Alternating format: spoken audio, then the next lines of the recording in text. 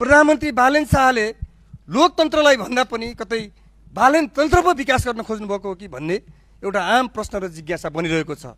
यो किनभने पटक पटक उहाँले संसदलाई उपेक्षा गर्नुभएको छ, पटक पटक संसदको हुर्मत लिने, संसदको अपमान गर्ने काम भएको छ। यसप्रति हाम्रो गम्भीर चासो र चिन्ता हो। त्यसो भएको हुनाले हामीले हिजो यो सम्मानित सदनको सम्माननीय सभामुख महोदय मार्फत गम्भीर ध्यान आकर्षण गराएका छौँ र फेरि पनि हामी हाम्रो कुरामा दृढ छौँ।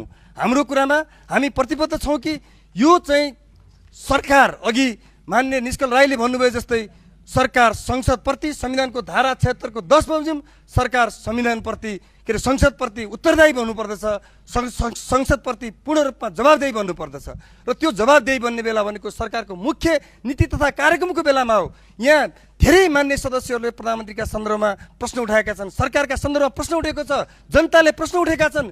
ती जनताको प्रश्नहरू, जनताका चासोहरू, गुनासोहरू मुखरित हुने थलो भनेको 3 करोड नेपाली जनताको साझा थलो यही संसद हो। यहाँ चाहिँ प्रधानमन्त्रीले उपस्थित हुनुपर्छ भन्ने हामी प्रतिपक्षमा रहेका मान्यहरूको चाहिँ त्यो अभिव्यक्ति, त्यो चाहिँ हाम्रोमा कुनै अन्यथा होइन, कुनै अनुहार हेर्नका लागि होइन, हाम्रो त्यो जायज लोकतान्त्रिक र न्यायिक र कानुन सम्मत माग हो भन्ने कुरा म सम्मान्य सभामुखजी मार्फत अनुरोध गर्न चाहन्छु। म भन्न चाहन्छु कि कुरा नियमावलीको होइन, हिजो धेरै पटक नियमावलीको कुरा नियतको हो। कुन चाहिँ नियत सम्मान्य प्रधानमन्त्रीले राख्नु भएको छ भन्ने कुरा हो। कहिले राष्ट्रपतिको अपमान गर्ने, संसदको अपमान गर्ने, जवाफ नदिने, यो कुराले संसद र जनताका आवाजहरूलाई, जनताका समस्याहरूलाई सही ढङ्गले लैजान सकिन्छ? काम गर्दै हुनुहुन्छ प्रधानमन्त्री भन्ने कुरा आएको छ। के काम गर्दै हुनुहुन्छ? के फेरि पनि सुकुम्बासी बस्तीमा डोजर लाउँदै हो प्रधानमन्त्री यहाँ आउन नपाएर?